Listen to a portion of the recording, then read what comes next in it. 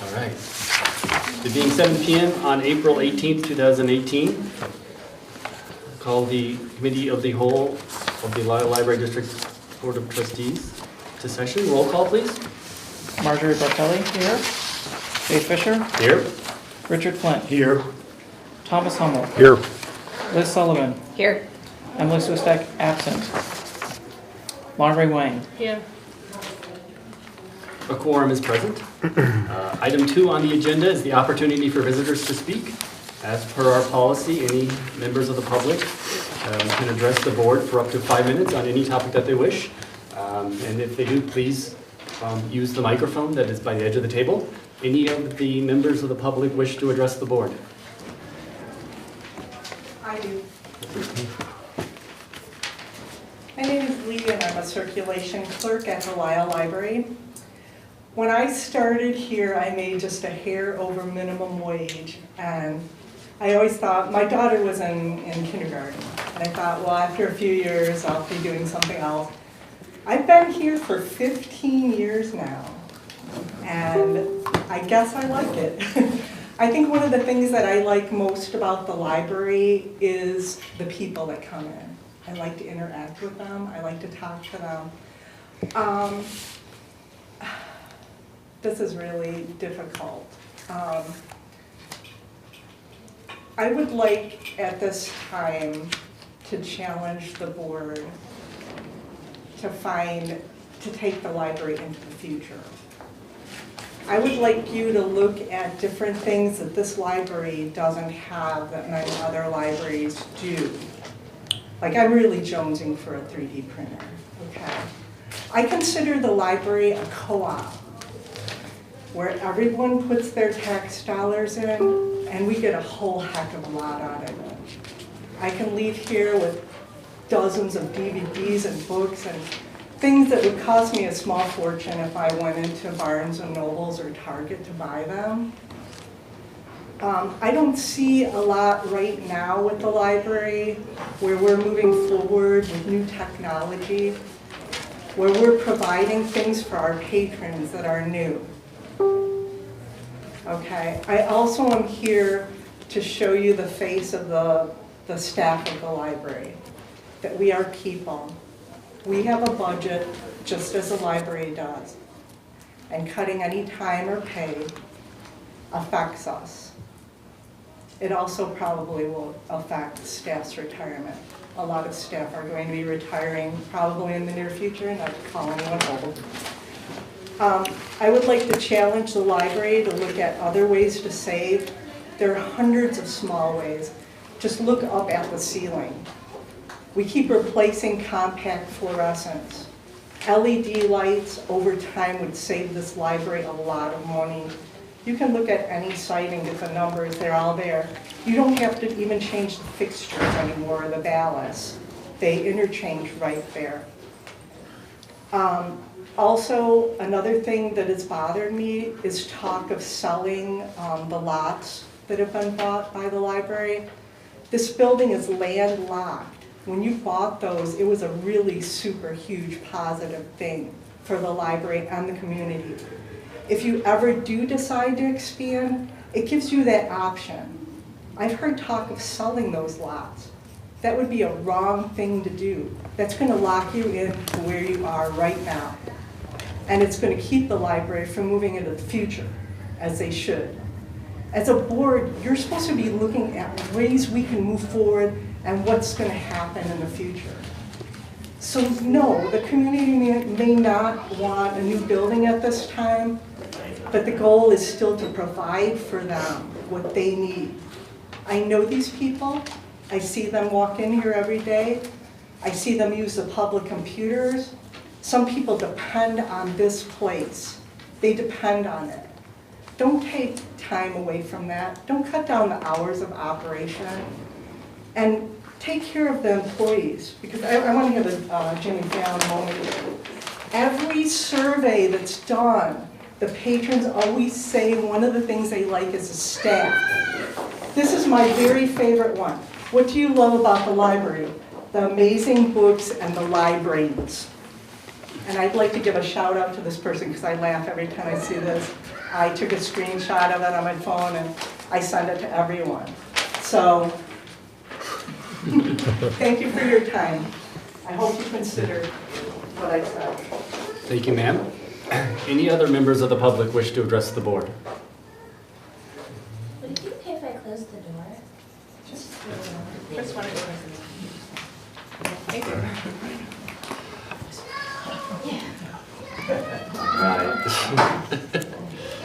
No other members of the public? I actually. Oh, you do? I Okay. do. I have, Sure. have always been a big fan of the library, and, there's many reasons why we would want to have a library in our community, and some of them don't even have to do with the books or the research. It increases our property values to have a library, and sometimes they're the only reliable internet access that lower income people have in our community. And they're also a social anchor for our community. And going forward, I can see that our library would be much more of a community center than it is even right now. And so I don't think it would make any sense. I've heard some people talk about merging our library districts, Naperville, Downers Grove, or Woodridge, and I don't see why that would make any sense, because this should be a neighborhood community center for all of us, for children, for older adults, people who want to read, or people who just want to come and connect with the wonderful staff we have here at the library. And I also think it would really be a mistake to slash the budget or staff positions. It's really important. The staff is one of the most important parts of the library, and it would have a negative effect on our community. And also, I think it's really important that our library not be pay as you can, pay for as you use it, because there's a lot of people in our community who need these services who maybe can't afford to pay for internet, and that's why they're here at the library. I see people every day using the library. I'm sure they're looking for work. And so these are some great things, but I also talked to a friend of mine who lives in Lisle, and he had some criticism of our library, and he wrote me this letter, and I'm going to read it.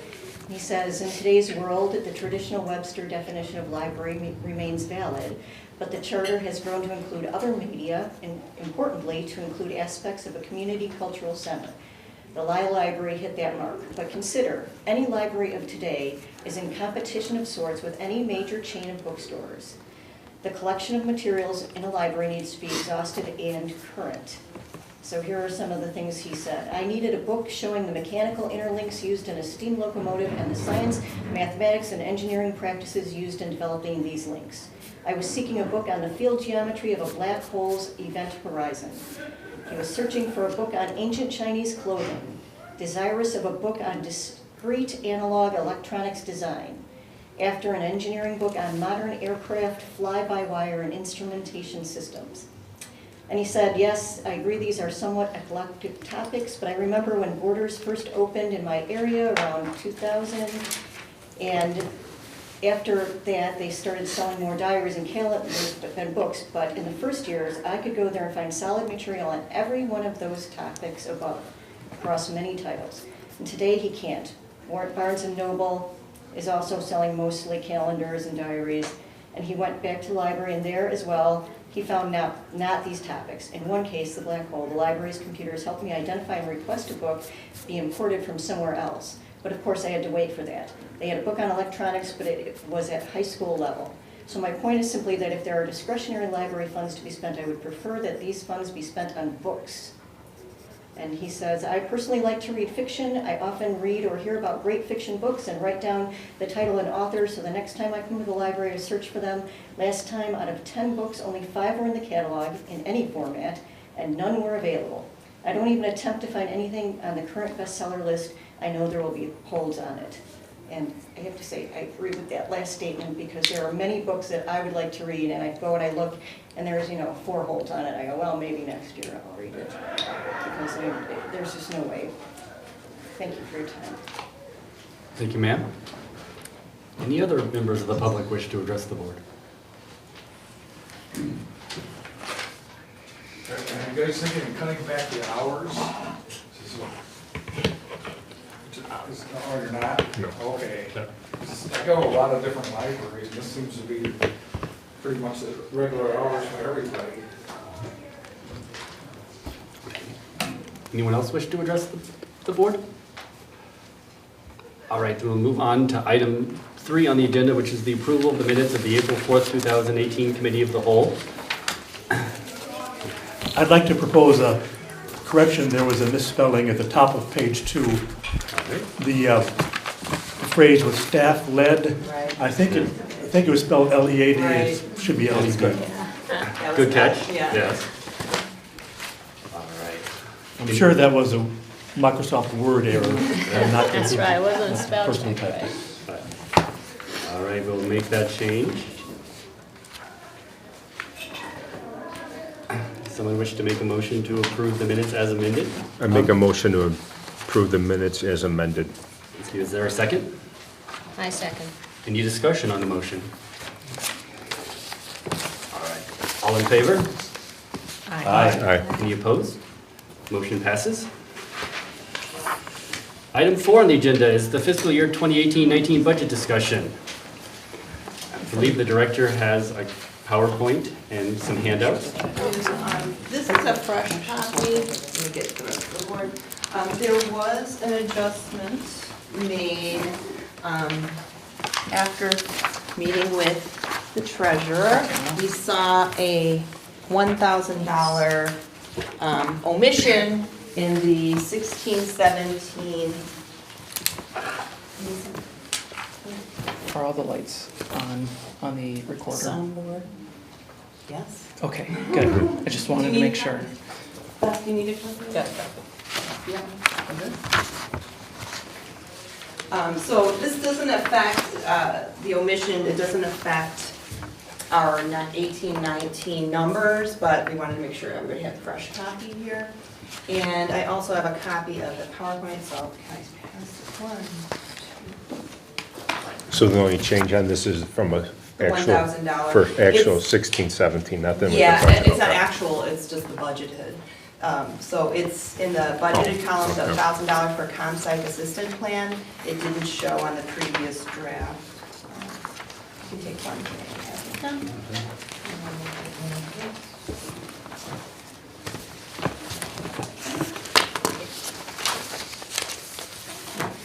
Chris, can we kind of dim the lights on this side?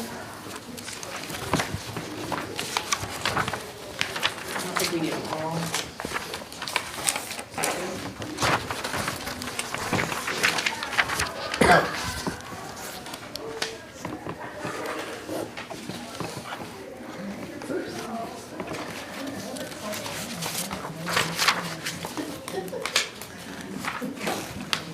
Okay, I think that's readable.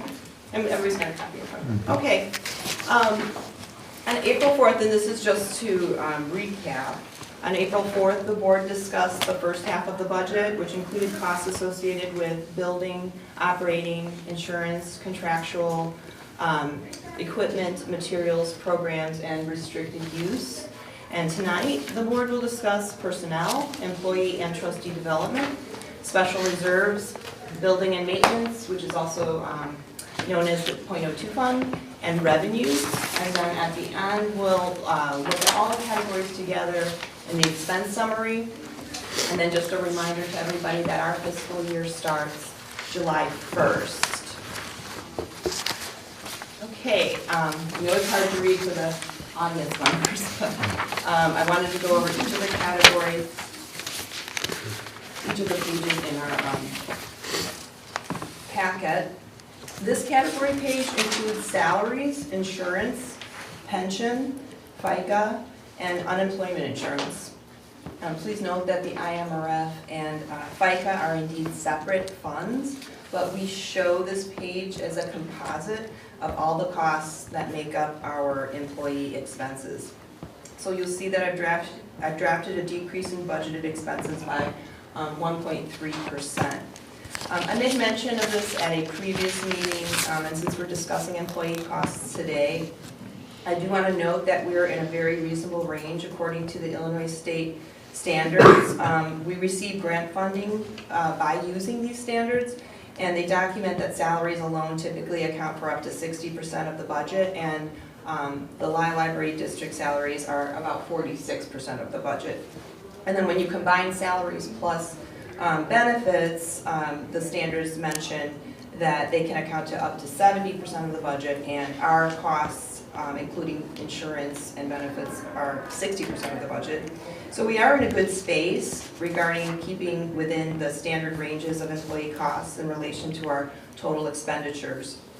Also, we have seen a decrease in headcount among staff, although there have been some redistribution of positions here.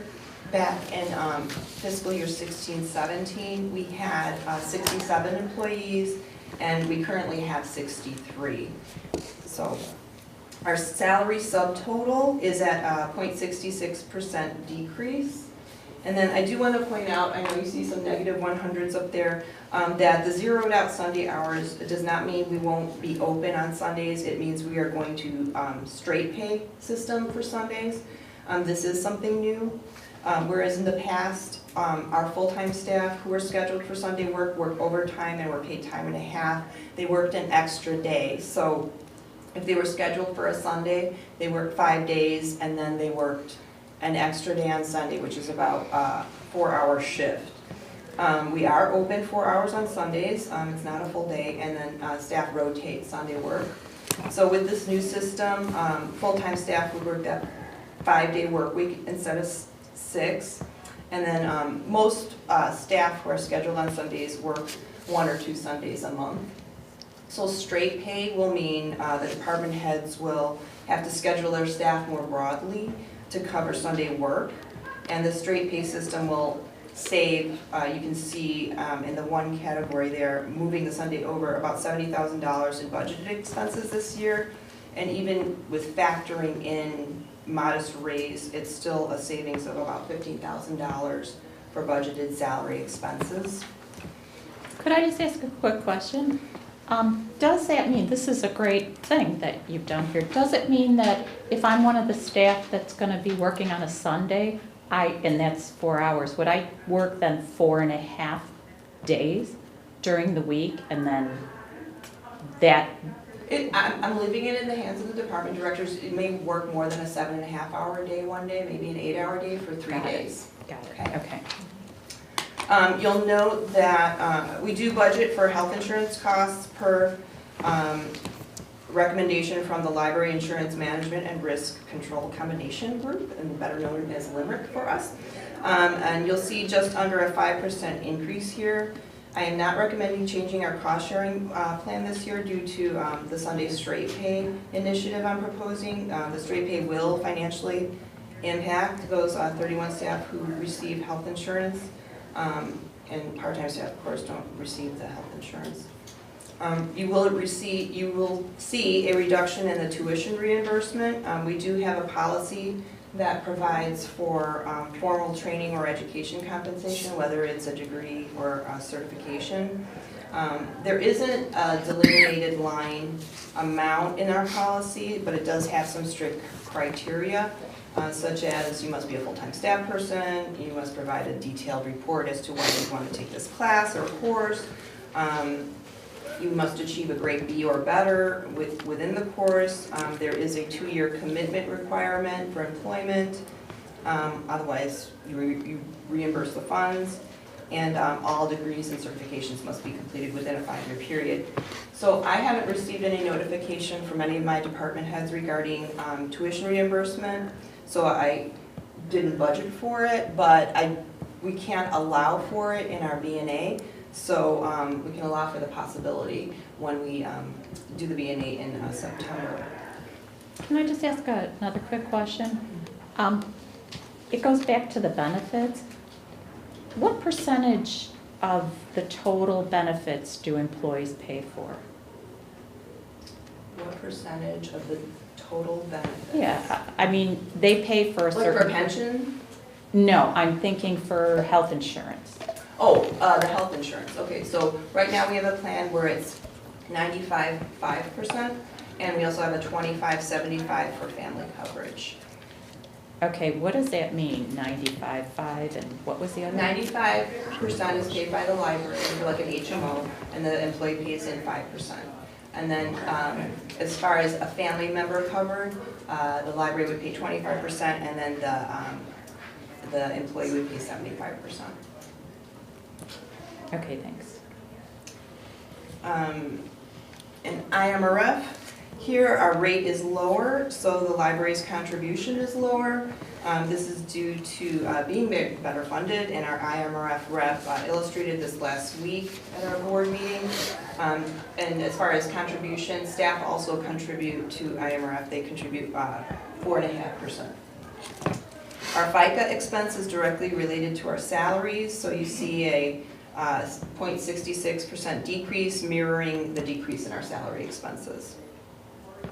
Okay, moving on to the next page, we've got personnel development here. You see decreases in the employee areas by about 5% and increases in trustee lines due to this past year's discussions regarding trustee training and conference attendance. The employee portion is mostly in keeping with the actuals here and where we're at in terms of this year's financials up to this point in the month. But the trustee portion is up for discussion. So what do we think about increasing the? I think it's too much. I think it should either stay flat or just be a smaller increase. 74% is too much. I know it's not a huge dollar amount in the net, but that's a little too much. I think it should be flat or a smaller increase. But to play devil's advocate, if you look at the budget for 17-18, it was probably lower because we didn't have a lot of new trustees. But when you compare it to like 16-17, that's where it's almost the same budget in terms of meetings, conferences, and training. So I think you need to allow for new trustees to go to things that they haven't gone to before. Any other? It's not enough. Amount of increase should be higher. Budgets aren't about numbers, they're about values. And trustee training is an integral, essential part of what we do and what we want to be. I did notice that the dollar amount of decrease in personnel development, $1,500, equals the dollar amount of increase in trustee expenses, $1,500. I don't know if there's any reason for that, but I don't necessarily think we should be decreasing personnel development either for the staff. Well, with that determination, it was really just mirroring the actuals of things we look at every year and assign our staff to every year. So I worked with the department heads on this, so that seemed to better reflect our activities for staff.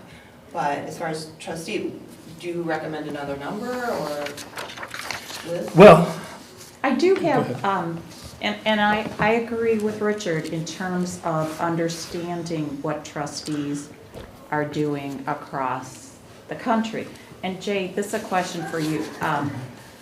Several months ago, I asked if I could join a portion of the ALA, which is devoted to trustees across the country. And I don't know if you were able to, I don't know where that stands. And I guess I would follow up with, well, go ahead, let you answer. I think that was something that you had asked me about, and I think I had researched it, but then I put it to the side, and I've not gone back to it, Liz. I apologize for that. Okay. I think it's something we should investigate, and I would be willing to lower training, conferences, and meetings in order, because in the time that I would go to a conference, I would actually get much more off of reading the available information from the ALA that has the trustee component. And I think if we want to keep our finger of the pulse as to what's going on with trustees library-wise, I think that that's a good use of our funds, and I'd be willing to make that trade-off. Well, I mean, from my perspective, I mean, we should probably let's talk about exactly dollar and say what we want the trustee to attend. You know, so we have cadence of meetings. There are certain meetings we said is really good recommended for trustees. Do we even, I was more thinking about, you know, what are the cadence of the conferences that we think we would recommend. Then we can say, well, out of that, maybe it's not every trustee, maybe there's 2-3 trustees go in there and come back with some learning that we can share. I don't know, does people have any idea at this point as to what kind of conferences annually that we think it's good to share best practices or get, you know, latest trends? The two premier ones are the ILA conferences, which cost, I think it's around $150, a little bit more, maybe $160 or something. There's the regional one in the fall, and there's the local one at the Marriott that I think you've been to once or twice in the winter. So, you know, that I don't think that we should cut corners with that. I agree with you. I think that we should encourage trustees to go and let this be part of their own growth and enrichment for the board. So as a benchmark number, 150 or 160 or something, $1,000, I think is probably a little on the low side for conference attendance. But by the same token, if we don't spend it all this year, there'll be money left over next year. We won't have to put as much in. We can also, I mean, it is a 100% increase. We can also allow for more once we do the B&A. Maybe we can have a better understanding of how the board feels about either trustee ALA membership, or we can look into what other conferences are out there. And there's also contingency, which we use this year. I don't necessarily approve of using contingency for these things, but it's legal, it's above board, and it's there if we need it. Now, in terms of the ALA and the trustee subcomponent of that, I can't get pricing on that without going through you, Tatiana, because what they're telling me is it makes a difference if the library has members in it. Okay, I thought you'd received pricing. I thought you and I had an exchange there about that. Can you resend it, because I can't find it. Okay, yeah, I can look into that. So, Okay. I don't know, I think we've had, you know, interesting input. I'm happy with the thousands where it is now, with some flexibility, maybe the B&A, or, you know, if conferences are a little higher, you can take it from training to IM, or, as Richard said, maybe contingency. I had a question in regards to the personnel development. The budget, it seems like you're saying that these line items are more in tune to what is actually being spent for staff development. So this would allow similar opportunities to the staff in this upcoming budget year as available in the current budget year, right? Yes. So we're not cutting No. staff development at all? No, I hear from my department heads about where they'd like to send their staff or where they're interested in going, and so they've submitted to me, so I've inputted that here. Okay. I think we move on. All right. The only thing that I wanted to, and it doesn't have to be on the budget, or it could be if you wanted. I'm starting a trustee library where I'm buying books, and I'm going to donate them to something called the trustee library. Because right now, I can't get the books that I need for my own personal trustee development. So what I'm thinking is, and maybe it should be a 0 item on the budget for this year, but maybe we should put it on the budget just so we consider every year, do we find that there are books that we need to buy? And one thing I would recommend is when new trustees come on the board, I would let them borrow, you give them 2 or 3 introductory books. Once I read it, I never referred to it. So maybe if we could save money that way by not buying the new trustees the 3 books, letting them the opportunity to read it out of this trustee library.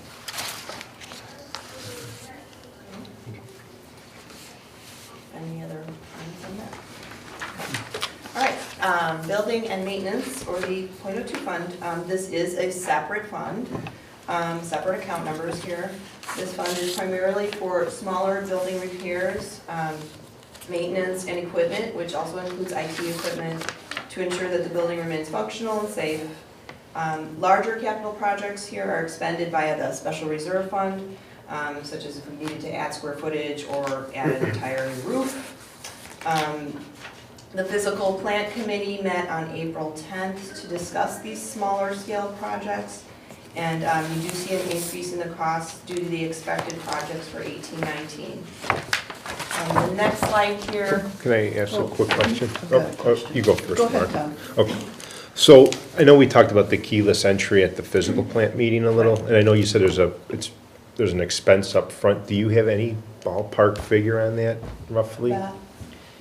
It's, depending on what we do, it's approximately like 8,000 to 10,000. And there also, we have to check on, for example, the receiving doors. Sure.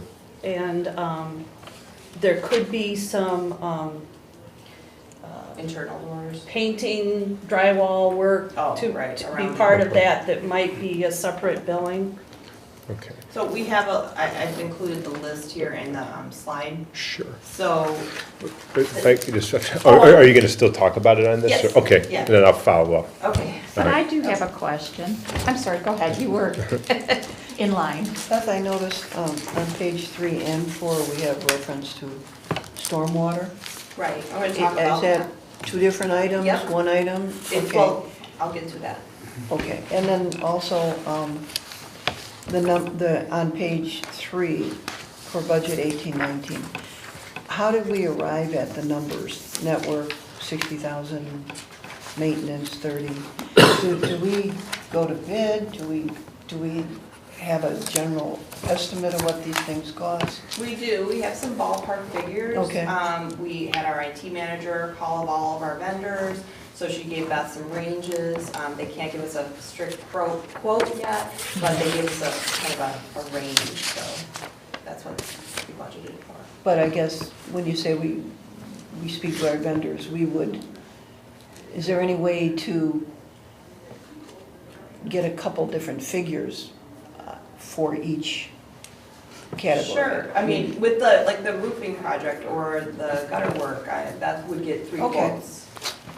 Yeah, I think we'll let Tatiana finish her All right. presentation. And then we have some more information that'll be more Right. illustrative better. Some of So, these seem like they are major projects. For instance, keyless entry is gonna be 8 to 10, plus, maybe some drywall and other things. Is it possible to fund some of these projects that are not building maintenance projects via special reserve? are you sure?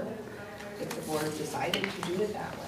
It depends, I mean, the keyless entry may not come in that high, but we budget that way because it may.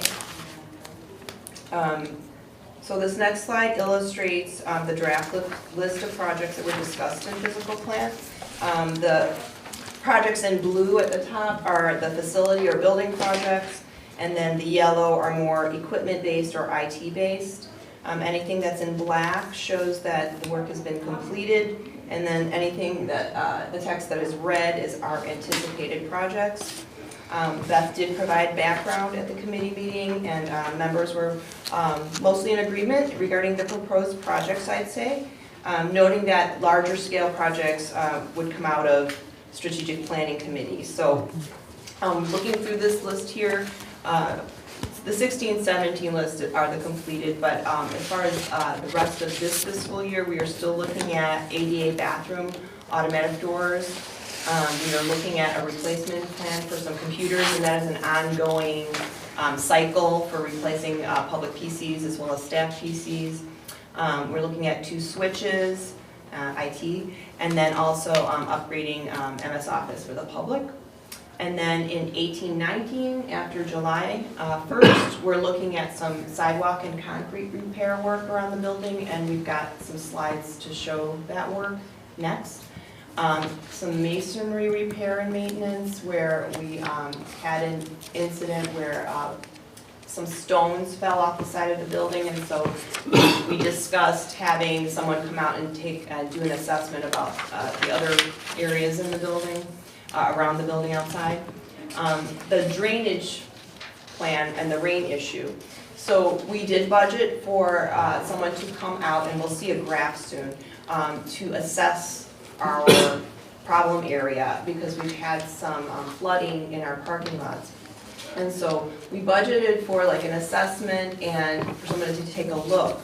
But we also, you will see coming up, budgeted for some stormwater, because this may be a larger project than just a quick Band-Aid.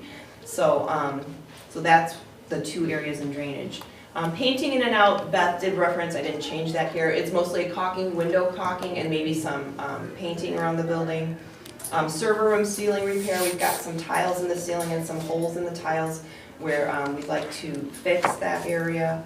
And also reconfigure the server room where we would add some shelving. We're not breaking walls or anything like that. We're just basically making it more accessible for our IT manager and other staff. Seal coating the parking lot, we like to do that every couple of years. There's some tree trimming and removal. That we had some dead trees last year, we continue to have a few.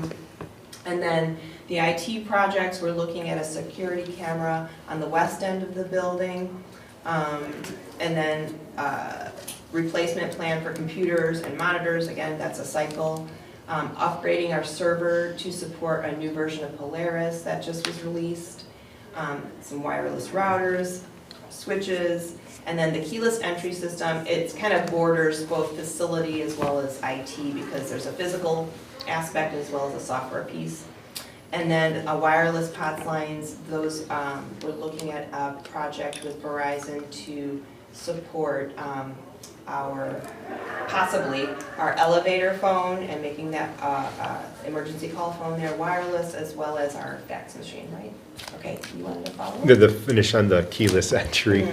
The only concern I would have for this fiscal year, because we have the strategic plan and there might probably be some building projects, the only thing I would have a concern is if we put, you know, We do something different. well, yeah, put a keyless entry on all the doors, you're gonna put them on interior or even on the exterior, and then we wind up, some of the doors in the interior, we move people or things around, doors that have locks today might not have locks tomorrow and vice versa, and on the outside, you know, that door may not even be here anymore. So that's the only hesitation I have with spending money on doing the keyless entry this year.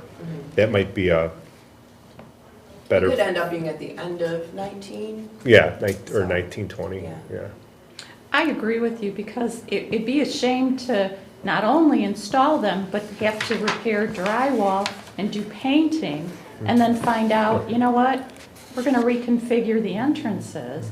So I'd like to see that postponed till 1920, because when you look at when the strategic plan is gonna come out, we're not gonna be able to do stuff like that until after the plan comes out. Well, I don't know if we've determined the end game for the strategic planning yet either. Well, we went through what's gonna come out in which months, so yeah, we did do that at a meeting. I mean, I'm thinking my recommendations, I think it's really great. This is our first discussion on the budget. We'll have, you know, more iterative process going forward. I think it's good that first, at least we have initial list from the fiscal plan committee in terms of what investment we want to make. And then the next question, I think, is really about maybe a fiscal plan committee can take on this task is all these projects, can we just, number one, prioritize them? So because then you can talk about timing, right? You prioritize them from whatever ABC or 1, 2, 3 categories, and then you have a timing. We're going to do it first quarter, second quarter, or this fiscal next.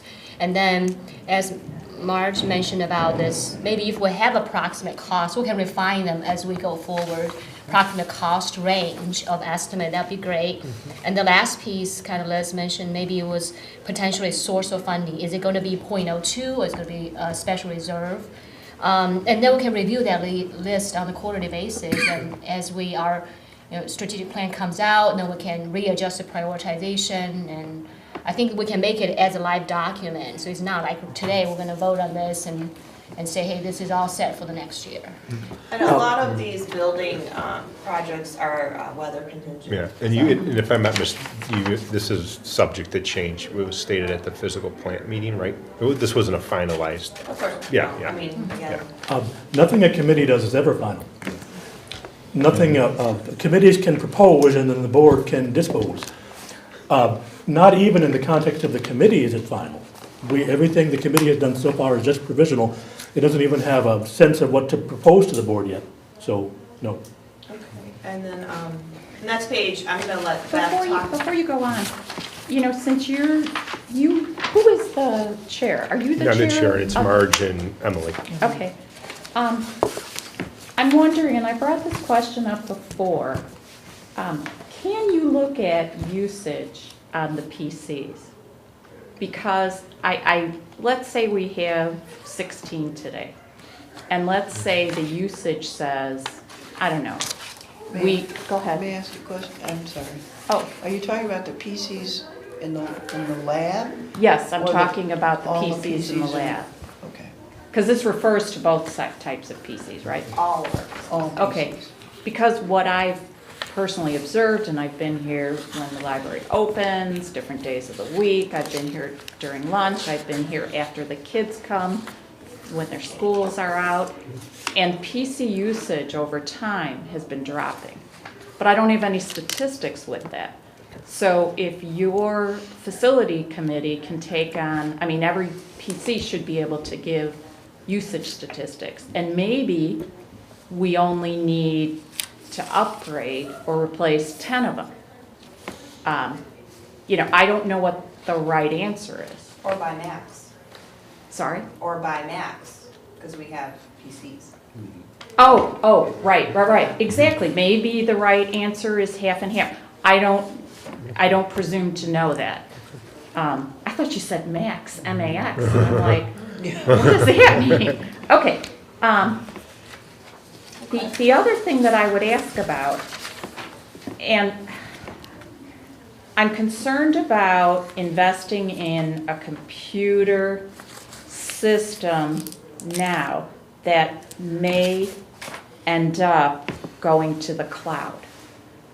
So I'm assuming that all non-confidential information will move to the cloud. I'm also assuming that some of the actual programming can be done in the cloud, and it's usually more cost effective. So I'm concerned with, and maybe this is, Tom, get out your pen. Maybe this is something that you can look into. At what point do we say, wait a minute, we need to catch up and do not only cloud storage, but cloud computing? That's what's been addressed here. Yeah, and I Which think one? The server upgrade to support the new version of Polaris is a server in the cloud. Cool. And I think, Tatiana, I think in the past you mentioned that you are engaging in a consultant to come back to the board to update what is our network infrastructure plan. So I think that would support the investment in where we want to put our investment in, right? What we have to, and I totally agree, I think that's a great idea. What we have to be careful of is if we use our current vendor, I don't know if they make money or the same amount if they direct us to the cloud or they direct us to buy on site. We can buy whatever equipment we want, we can use their recommendations, we buy a bank of hours with them. So they give us our hours. Okay, that's even And this is better. where we're looking for consulting, not necessarily actually purchase equipment or installations are two different, so that make sure that, we can buy into the consultant plan, but then we have different bids or a procurement process to make sure we get competitive pricing, right? I think. Okay, let's talk about this fun little picture. I'm gonna turn it over to Beth. Okay, so this is a diagram of some of the drainage of the, Just so everybody knows, this is us, this is the library, and then this is the parking lot around the library. so I'm sorry, which way is north? The way To the top. Got it. So this 2HT04 is the drain in the parking lot on the south side, so the back where the entrance is. So we enter off of Kingston over here, we're driving like along this green line. The second green line then lower is the retention pond that's behind. We've talked with Marilyn Succo of the village stormwater management person. She's made a couple recommendations for us, and the one she's looking at is this drain right here in her maps, this 2HT04. It has some type of restrictor on it that if the water flow is too much, it was supposed to direct water back here to the retention. And it looks like it's directing too much water right now back to the retention area and not enough to the sewer. So she's made a recommendation that this is the sewers on our property are our responsibility. So she's made a recommendation that we have that area looked at, and not knowing what's involved, is it just a problem here, or is it all the way over to the other sewer line? So that's a good recap. That's what we're looking at. You want to describe what this picture is? Okay, so the second picture over to the right is at the southwest corner of our east parking lot. Southeast corner of the parking lot. And that is where a small creek actually comes onto our property from property to our south off of Reedy. So is it about where 2HT69 is thereabouts, or? No, 2HT885 and actually further up. It's just not shown on that map. You're saying further south? Yes. Okay. So this is a bad situation. I Right, didn't put so the the- nice one in there, but we're So looking the- to remedy this. Right, so to remedy this, again, Marilyn Succo from the village recommended we re-landscape it so it's not eroding. Then the debris and the mud doesn't flow into the parking lot. And you can see barely in the center, that's the drain, needs to be cleared out. But we did that 2 times last summer. We did it in the summer and we did it again in the fall before it started to snow. So it keeps happening, so we're gonna work on trying to get that better. I think we just cleaned up. We didn't really. We didn't Re-landscape we the didn't area. re-landscape, Okay, right. and then the next page, I do have just a quick question. I have noticed when I've come here that there's a lot of debris, and I think this is happening all around Lisle, and I don't know why it is, but people are like dumping cans, dumping their McDonald's bags. Is there anything that we can do? And I don't know what everybody's job is, but I think when I've brought it to the attention of like a security person, they've gone out there and picked stuff up, and I've helped them. But what I was wondering is, could we make it part of their rounds just to look at that and pick up stuff? I do think they do that. Oh, okay. They were just out this week on Kingston picking up glass bottles, plastic bags. I don't know what's happened, but it's happening all over the I think city. we just had a lot of wind and Yeah, I was some gonna things say, were sometimes falling. it's wind with knocking over the recycled bins and stuff True. like that, yep. Okay, thanks. So this is just a scattering of the pictures that were shared at Physical Plant, but these are some curb areas that obviously need some attention. I think they're self-explanatory, there's some trimming hazards. So this will provide some of our curb work next, as weather allows. Okay, moving on to good stuff, special reserve funds. This fund is a separate fund from our corporate fund. We also do not levy for this fund, so that's important to note. We do use this fund for emergencies and for capital improvements. In the Physical Plant Committee, we discussed a few large pieces of equipment and some furniture replacement that have account lines within special reserves, such as a new book drop with 2 levels of deposit slots. We've had a lot of patrons complain that either whether they drive an SUV or a sedan, they have a hard time depositing their books. So having a new book drop plus the cement work that would have to be underneath it would be a pretty large expense. but we've had a lot of requests for that. The stormwater management work is here too, because depending on the assessment, this could be a larger expense to fix our drainage issue, we don't know. An RFID project is here. This was here last year. We continue to plan for this for both security and inventory purposes. We planned to do this last year, but we were waiting until further discussion in regards to strategic planning. It is like a $100,000 project, but it would allow for complete self-checkout, inventory control, and improved collection security for all our materials. But again, it depends on the building configuration. This project could be less or more depending on how many kiosks we wanted, if we changed floor configurations. So, I mean, it's in here because I think Tom mentioned this at one strategic planning meeting, we could do things in phases. So that's part of this. There is a budgeted consulting line here in case the board does decide that we may need assistance from a construction manager or an architect, should we plan to modify an area within the building. So that line allows for that. There is another area, this allows for another area. So we're planning $280,000, but we can always adjust these lines in our B&A. So let's say the strategic planning committee decided we wanted to do something huge. You could adjust that top line there in facility from 30,000 to whatever the architect or construction manager let the board know what the expense would be. So we could adjust the B&A much higher if we wanted to. Do we have like $30,000, do we know how much of it is an estimate for the book drop?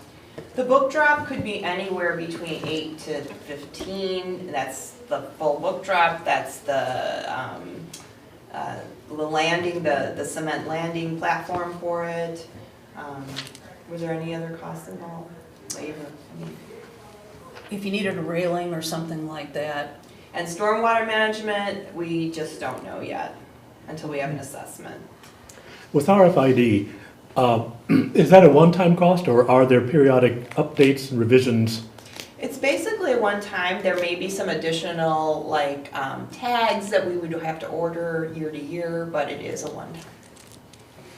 How would, I use self-checkout today, how would RFID change that? Want to describe it a little bit? Right now, the AV items are the items with the RFID.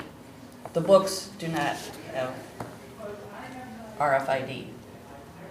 So you could place a stack of books on, there's security in them, so we have the security gates, but checking out with your barcode, it doesn't, all you would have to do is put your stack of books on an RFID pad and it would check them out. We could also inventory all of our material that way. So the difference now, like if I'm checking out 3 books, I scan my card and I scan each book, and that checks me out. The difference is I could take all 3 books and stick them on one pad. Okay, are there other, do we have an inventory and security problem? Are people walking out with books? Do we have an idea? We do. There are things that go missing every month.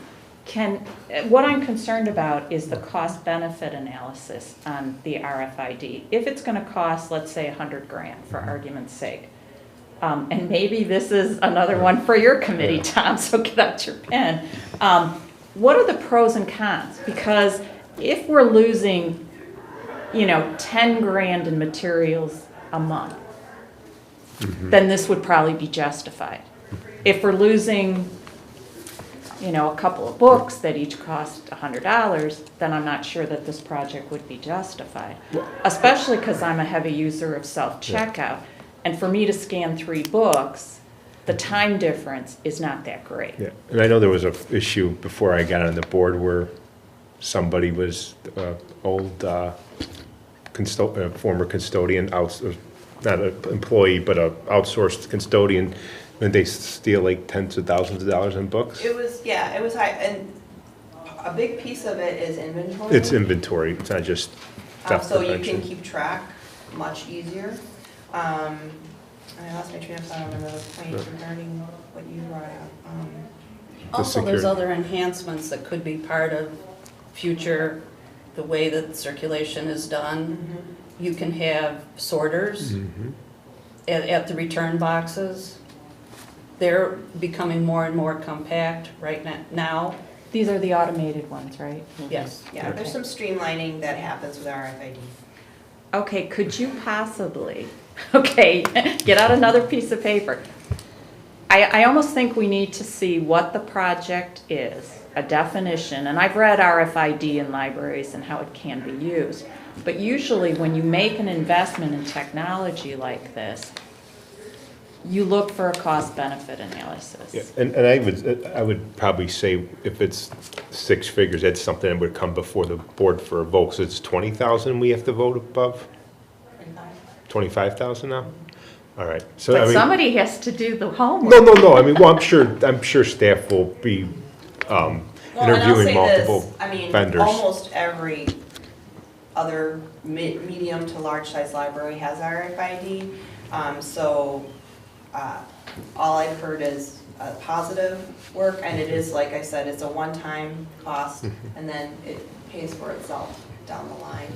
But we'll look into it. How does it pay for itself? I'm missing that. Well, for security purposes and inventory purposes, there's a lot of time invested in searching for, because it's not, how do you know what book is missing? You have staff looking for it. We have pages searching for it over a week. When we do collection development and finding materials, so it's not just the book or the video game, it's the staff time too. Okay, so I guess what I'd want to see in your cost-benefit analysis, I know, right, more. God, I'm so glad I'm not on your team. What I'd want to see is, okay, automation is going to cost us X. Staff time reduction is going to be Y. And then what's the cost, what's the payback? Okay. An example right now of staff time is you take the book off the shelf, you scan the book for inventory. Right, with the RFID, you walk past the row of books with your wand and it's done. There you go. So it's Yeah. an example of walking past versus the time it would take to take Yeah. every book off the shelf. Mhm. to And scan it. I love automation. I just want to make sure it's cost justified. I mean, and you could probably help with that and, help Tom and his team to understand, okay, if we did, I know he's laughing. If we did this, it would save us this kind of time. So long story short, the $250,000 are, maybe with the exception of the RFID, are first phase of a strategic plan. Say it again? So like the $200,000 line item and the $50,000 line item, with maybe the exception of the RFID and even that, those are probably like first phase of the strategic plan, would you say?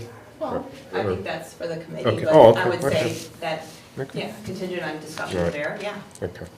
okay. There you go. This is very hard to read, I know. Revenues, but these documents show the expected revenues for 18-19. This includes the tax levy, the interest earned, fees, gifts, and grants. And I'm just gonna skip to the next page because it's a 2-pager here. Tatiana, just real quick, I just want to point out that we do added one line item called unrealized gain or loss. Ginger, if you could loss in there, Yes, because yeah, I never was know gonna what's the mention gain that, or right. loss, right? Because that's where I think Jay came from your comment at one time, a monthly report, our interest was negative.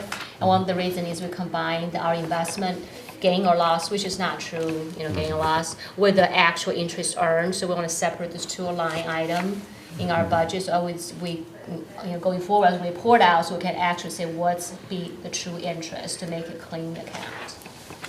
So, of course, at the end of the revenues,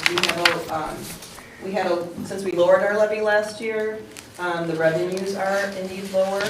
And then as Longry mentioned, our interest earned is expected to rise due to extended maturities that have a better rate of return.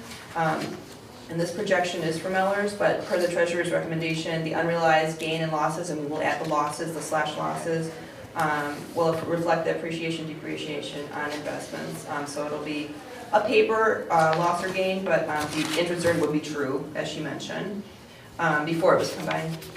And then at the bottom, you see that the total income decreased 9.52%, but you can also see that on this next slide, that our revenues now align with our expected expenses in 1819. You can see the levy history here for the past 3 years, as well as the estimated revenues. And see our expenses showing budgeted as well as actual. It says current here because yes, we are still in 17-18, so we don't have any actual yet. Until we have our audit, that's when it will be confirmed, but we use the monthly financials now to guide us through the rest of the year. So we can walk through the expense summary for the next slide here. Can I just ask a question? Why would, and I'm just looking at 2017, and this is just my own, I don't understand. Why would the request be one amount and the received be a different one? Can I answer that? Sure. The county clerk adjusts it by 1% every year. What do they call it, loss or uncollected? They project 1%, even though that never has really ever happened, but they give you basically 1%. But this year it's not exactly 1%, it's just a fraction more than 1%, and it's just a rounding error essentially on the rate, the tax rate. So it's just I think it was like 1.004 or 1.04%. All right. And just to note on this page too, that the tax levy excludes special reserves because we don't levy for it, excludes gifts or grants because we never know if they'll receive it. But then to the right there, the total estimated revenues include special reserves and gifts and grants. So that's what we estimate we will receive. You can see down at the bottom of the expenses, this is a 2.61% decrease from last year at $129,000 approximately. And then from the previous year, it's a 5.5% decrease. And then I just made a note that if you took the actuals, because I know a lot of people like to look at actuals, and our last available actuals are from 16-17. If you take the actuals from 16-17 and then compare them to our 18-19 budget, you see only a 1.5% increase, which is below CPI, it's below COLA, which is 2%. So if you take the actuals from 16-17 and look at what we're expected to expend in 18-19, it's just a 1.5% increase, and that's over 2 years now, so I think that's very reasonable. We can walk through the expense summary now. Let's see. This expense summary is divided by fund. This is all of our categories now. That's all covered. You'll see on the first page the employee costs that stem from strictly the corporate fund, and you'll see that it's basically flat here. We see building costs. We discussed this at last meeting, so there's no changes there. Flip the page. We go to operating. We discussed that at last meeting. There were no changes made or recommended. Same for insurance and contractual. Keep going. Oops. Do these pages correspond to the pages that were in Yes. the last one? Okay. Yes. Okay. Then you see personnel here, we discussed this earlier tonight. Equipment we discussed last meeting, and I did make an adjustment here to better reflect the actuals, as well as to incorporate some possible increases due to a new version of Polaris. So we heard that 6.0 was just released. And our Polaris administrator will be at the conference next week to learn a little bit more about it, so we allowed for that here. Then the next page, you will see materials and programs remain the same. We discussed this at last meeting. In regards to the restricted expenses, I did make an adjustment here regarding the transfer to special reserves, back down to $300,000 due to the outcomes of the last meeting. And then at the bottom, you see the total corporate fund has a budgeted decrease of 4.68%. And if you flip the next page, Before we go by that, when we talk about library materials, I imagine we can get usage statistics by database. I would think that that would be, you know, an available statistic. And I guess what I want to see is which databases are really being used, how often, and, you know, which do we want to pay for. And then there's a line that says document delivery. What is that?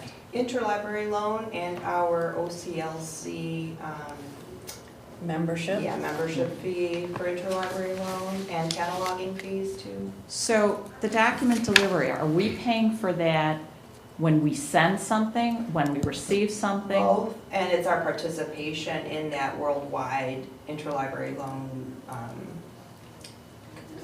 So consortium. we're not charged inside the state of Illinois, but we may be charged for, Outside. or around the world. Right. Do you know, do we send more than we receive, or do we receive more than we send? We receive more than we send. Okay. Moving on to building maintenance in the summary. One more question. What are our AV materials? That is everything from movies, video games, art prints, digital content, all of the above. Okay, thanks. Okay. The O2 fund here, we discussed these categories earlier. The IMRF expenses are less due to our better rate and due to being better funded. And then our FICA, again, is consistent with our salary costs. When you don't include special reserve spending, our total expenses have a budgeted decrease of 4.59% total from the previous year. If we do expend money from the special reserve fund, and we talked about those possible expenditures earlier, we are still below last year's budget by 2.61%, or like I mentioned, $129,000 approximately. And then if you go back to that slide earlier with the blue graph, it does show that we have a logical alignment between our expected expenses and our revenues, so I see that this is a very balanced budget here. This is our last slide. Just a reminder that this is indeed our working budget. It's our guide until we pass the B&A, and that B&A is a legal limit to expend funds. The B&A does allow us, it provides an allowance in case there are cost increases. It will also allow us to adjust should we need to, should the board decide to make some decisions regarding the facility. So we can adjust that before we pass. We can also pass a B&A anytime we wanted to. We don't want to necessarily have another meeting, but we can allow for that at when we pass it in September. So our financial calendar goes like this. We look to pass the budget in May. And per the treasurer, I know that she and I spoke recently, and she would like to have some finance committee meetings in June or July, also an investment report meeting. The finance committee meeting, the first one would probably involve the B&A and talking about it. And then in August, we prepare a tentative B&A. And then we adopt our B&A in September. We also have a public hearing in September regarding the B&A. And then, lo and behold, we adopt a new levy in November. So that's kind of a snapshot of our financial calendar moving forward. Can I just ask about grants?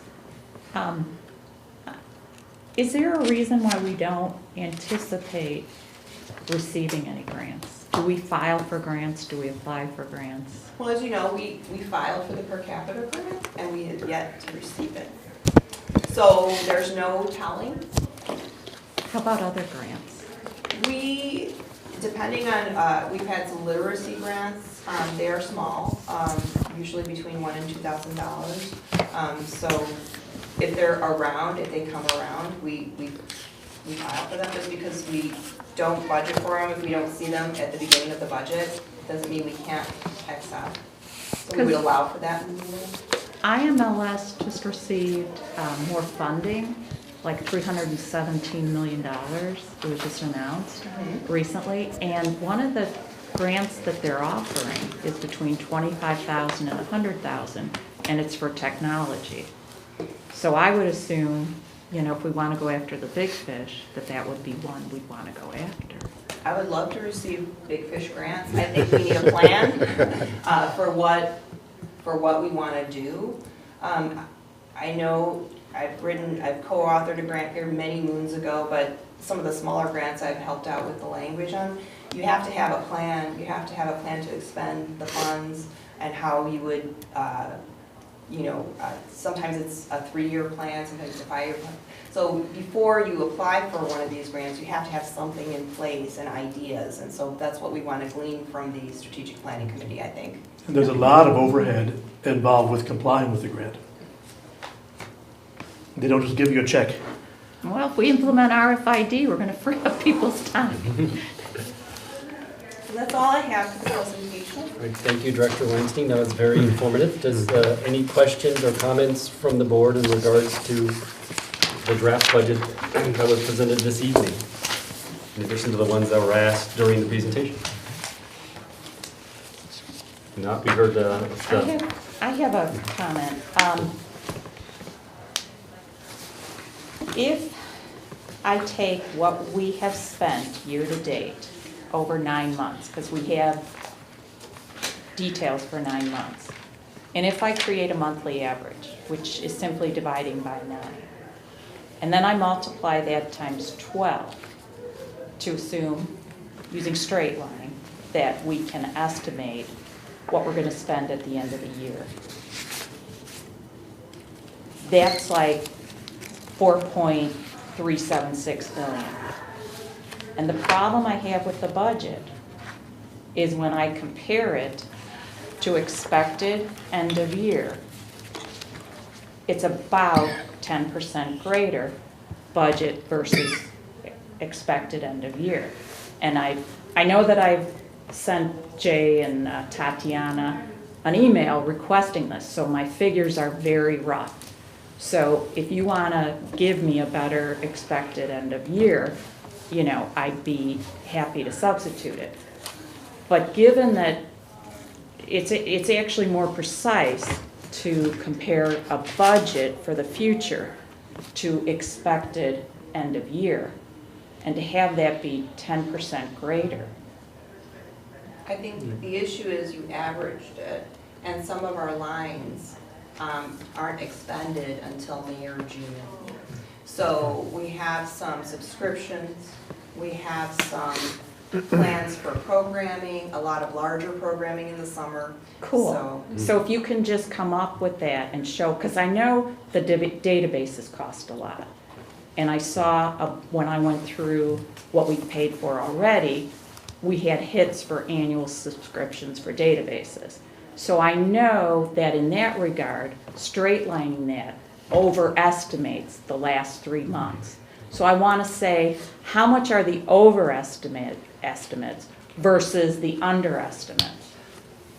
Well, I mean, I have a couple comments. Well, first of all, I think how we do this here, you look at your monthly report, because we don't do on the accrual basis, we do on the cash basis. So that's one example. Tatiana is saying that, for example, subscription, we don't pay a month, sometimes we pay every 6 months. So it does not reflect what's the actual sum of the liability is, because it's cash based. That's number one. So it's not accurate to use the first 9 months and then you project out for the whole year.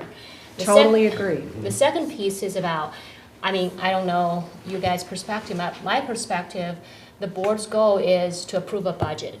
Then it's really the director and her team to make sure they execute according to the budget, hopefully can be better than the budget. So I really can't say which line item should have been over or under. So I don't know, it's a valuable time for us to have that discussion. Well, see, and I agree with you. I'm not saying line by line what's over and under. What I'm saying is, give us, since we can't straight line, give us a good estimate of what we're going to end up the year with. Because we're only missing April, May, June. We're only missing 3 months, right? So if we know every year in June, we get hit with X amount, we would be able, and I mean, if you give me the figures, I'll be able to do it. Calculating a year-end approximation shouldn't be that difficult considering the size budget we're working on. And to me, I cannot, I mean, the constituents who have personally contacted me, I cannot support, because I wouldn't be representing what people have told me, I cannot support a budget that's 10% or thereabouts greater than this year's actuals.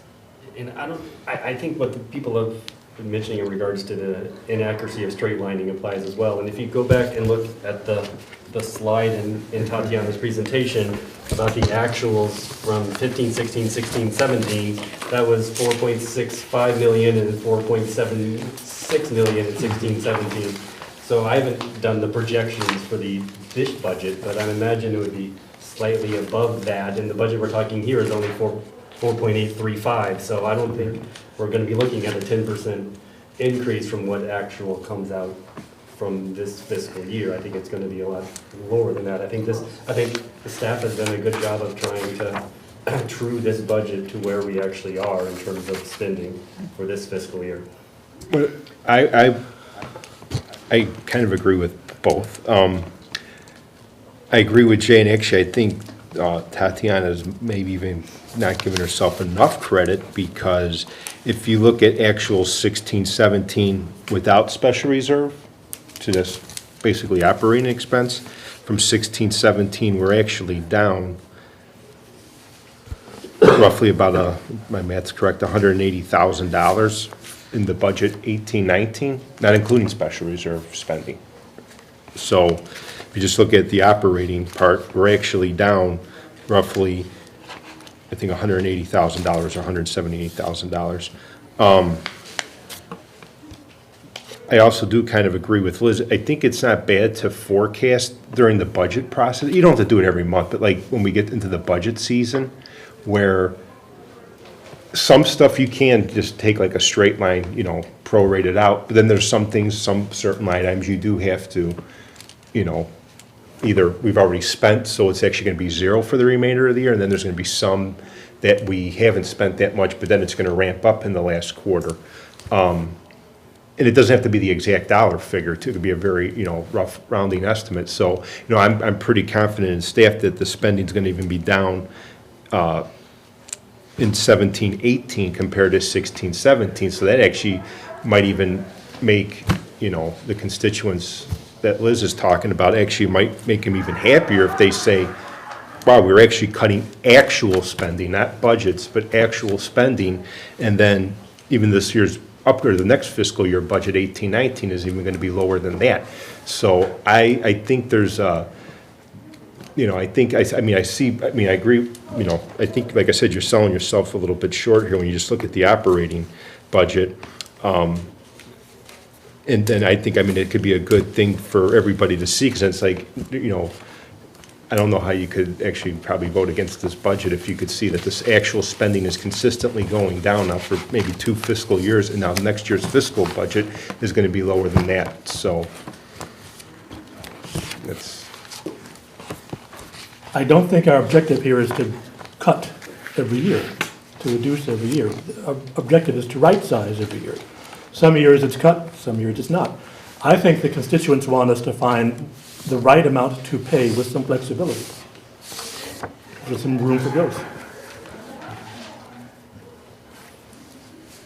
Any other comments or input from the board as we move through this process, as Tatiana said? Well, I'll just just kind of finish with the general comment. I mean, I compliment current staff and the current board for definitely getting this more, the budget in line more where it should be, and getting spending under control than it maybe has been in the past. So, thank you. Agreed. All right, as Tatiana said, the process is that we will be looking at the budget at the May meeting. And before that, we have a strategic plan meeting on May 2nd. And That's, as we've talked about this evening, a very important process. It's going to affect particularly a lot of stuff for the special reserves of what we're going to spend and what improvements we're going to make to the library. So look for the information on that meeting coming out soon. Do we have any homework for the May 2nd strategic plan meeting? I have to look back. I know, me too. I was I like, know okay, that I forgot my sent the homework. strategic planning committee, who's everybody here, Yeah. the notes, so Yeah. I'll I'll have to- resend those I mean, I notes. could go back through it, and I just didn't know Yeah, if you knew I at the I time. remember something around the whole themes, right? Yeah.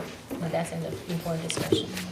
So thank you to staff for the presentation and to the board for their questions and input.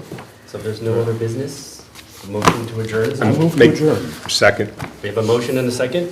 All in favor? Aye. Any opposed? We are adjourned.